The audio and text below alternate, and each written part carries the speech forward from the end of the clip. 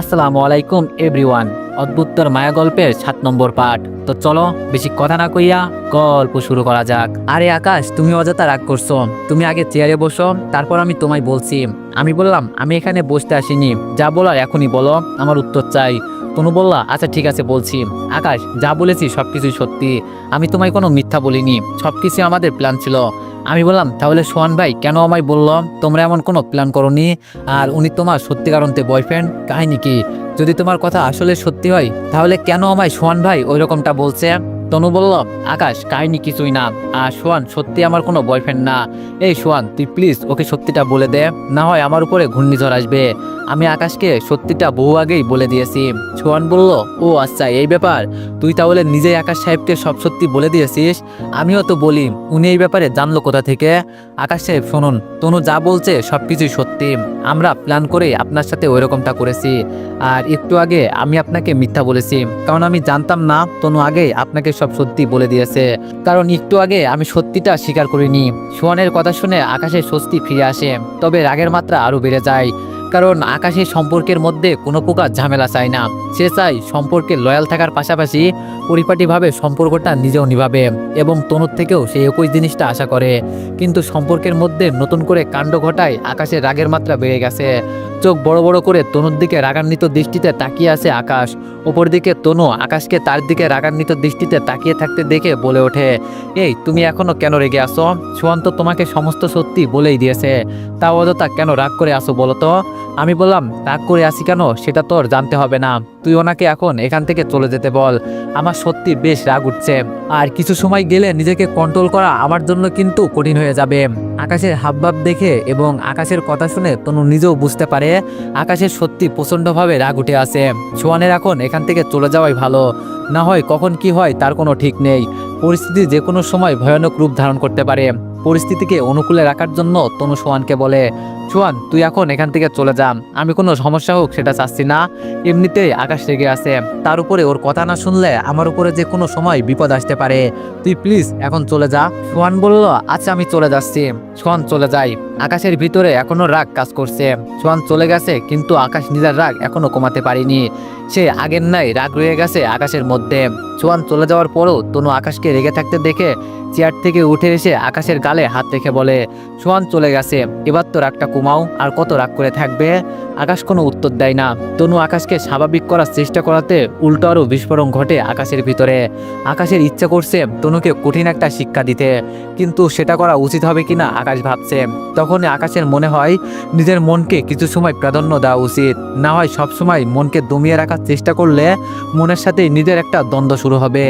আকাশ নিজের মনকে প্রশ্রয় দিয়ে সোজা তনুর গলা চেপে ধরে তনুকে পেঁচিয়ে নিয়ে গিয়ে দেয়ালের সাথে ঠেসে ধরে বলে, ওয়ানেক্স হচ্ছে সবচেয়ে বিশ্বস্ত বুকমেকার, যা পিএইচডি এবং সিরিয়া অ্যাপের অফিসিয়াল পার্টনার। এই অ্যাপসে আপনি cricket, football, tennis live match দেখতে এবং তাদের স্কোর ভবিষ্যৎবাণী করে সহজেই অর্থ উপার্জন করতে পারবেন।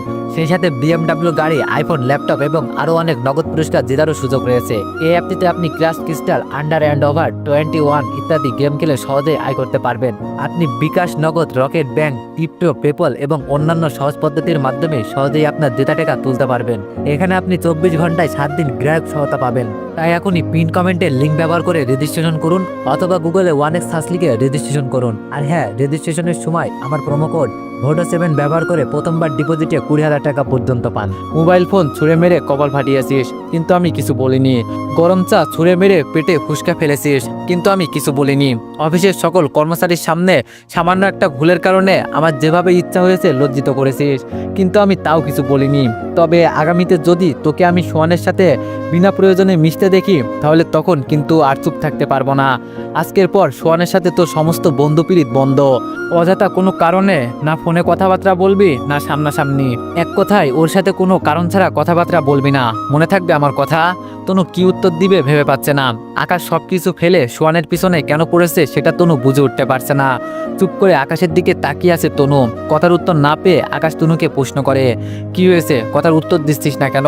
আমার কথা কি তোর কানে যায়নি? তনু বলল হ্যাঁ গিয়েছে। আমি বললাম তাহলে উত্তর না দিয়ে চুপ করে আছিস কেন, উত্তর দে। তনু বলল আচ্ছা ঠিক আছে, আমি আর সোহানের সাথে কোনো কারণ ছাড়া কথাবার্তা বলবো না। আমি বললাম মনে থাকে যেন। তনু বলল থাকবে। আকাশ তনুর জবানবন্দি পেয়ে তনুর গলা ছেড়ে দিয়ে বলে, নে এবার ছেড়ে দিলাম, আগামীতে বিনা প্রয়োজনে সোহানের সাথে কোনো কথাবার্তা বলতে দেখলে তো শ্বাসনালী সজোরে চেপে ধরবো। এবারের মতো বেঁচে গেছিস, পরের বার গলা চেপে ধরলে কিন্তু সোজা উপরে চলে যাবি বলে দিলাম। তনু বলল না, আমি আর কোনো কারণ ছাড়া সোহানের সাথে কথাবার্তা বলবো না, কারণ আমি চাই না ওর কারণে আমাদের মধ্যে কোনো ঝামেলা হোক। আমি বললাম আমি ওই কারণে বিনা প্রয়োজনে কথা বলতে না করেছি। তনু বলল আমি বললাম সরি তনু। তনু বলল ওমা সরি কেন? আমি বললাম তুই তাকারি করার জন্য এবং রেগে গিয়ে গলা চিপে ধরার জন্য। তনু বলল আরে সমস্যা নেই, আমি বুঝতে পেরেছিলাম তোমার অনেক রাগ উঠেছে। আমি বললাম ধন্যবাদ বোঝার জন্য, আচ্ছা এবার আমি গেলাম। তনু বলল না এখন আর যেতে হবে না, আর অল্প কিছু সময় বাকি আছে লাঞ্চ টাইমের, একেবারে লাঞ্চ করে তারপর যেও। আমি বললাম আচ্ছা ঠিক আছে লাঞ্চ করে যাব, তবে এখন গিয়ে খাবার নিয়ে আসি। তনু বলল আজব, তুমি খাবার আনবে কেন? আমি বললাম ওমা কেন, কি হয়েছে? আমি তোমার অ্যাসিস্ট্যান্ট, আমি খাবার আনলে সমস্যা কোথায়? তনু বলল অনেক সমস্যা আছে, তুমি অ্যাসিস্ট্যান্ট সেটা ঠিক আছে, তবে তুমি আমার হাজব্যান্ডও, আগে নয় সেটা বুঝিনি, তাই তোমাকে ফরমাইশ করেছি এটা ওটা করতে, তবে বর্তমানে বুঝার পর একই ভুল আবার করব সেটা তো হতে পারে না। আমি নিজে বসে থেকে তোমাকে খাবার আনতে পাঠাবো সেটা তুমি ভাবলে কি করে? তুমি বসো, আমি ক্যান্টিনে ফোন দিলেই তারা খাবার পাঠিয়ে দিবে, তোমার অযথা কষ্ট করতে যেতে হবে না। আমি বললাম আচ্ছা। তনু ক্যান্টিনে ফোন দিয়ে দুটো খাবার পার্সেল করতে বলে। তনুর কথা মতো কিছু সময় পর ক্যান্টিন থেকে একটা ছেলে দুইটা খাবারের পার্সেল তনুর কেবিনে নিয়ে যায়। হাত দিয়ে আকাশ আর তনু খেতে আরম্ভ করে। খাবার এক পর্যায়ে তনু মহব্বত করে এক লোকমা খাবার নিজের হাতে আকাশকে খাইয়ে দেয়। আকাশ ও তনুর দেখা দেখি একই কাজ করে, এক লোকমা খাবার নিয়ে সেও তনুকে খাইয়ে দেয়। দুজন দুজনকে মহব্বত দেখানোতে ব্যস্ত, কিন্তু তাদের কোনো আইডিয়াই নেই তাদের সামনে যে একটা বাধা আসতে চলেছে। আকাশের কথায় তনু সোহানকে চলে যেতে বলায় সোহান তাদের সামনে কোনো রিয়াকশন না করলেও ভিতরে ভিতরে বেশ অপমান বোধ করে বিষয়টা নিয়ে। সোহানের অনেকটা গায়ে লেগেছে দুজনের আচরণে, বেশি গায়ে লেগেছে আকাশেরটা, কারণ তনু নিজ থেকে এমনটা করেনি, আকাশের কথাতেই সে এমনটা করেছে। সোহান প্রতিশোধ নিবে বলে একটা ফন্দি করতে করতে বাসায় ফিরে আসে। বাসায় ফিরে ফ্রেশ হয়ে নিজের পরিবারের সদস্যদের সাথে খেতে বসে। মাঝামাঝি অবস্থায় সোহানের মা রোকেয়া বেগম সোহানকে বিয়ের বিষয় নিয়ে জিজ্ঞেস করে সে বিয়ের বিষয় নিয়ে কিছু ভেবেছে কিনা।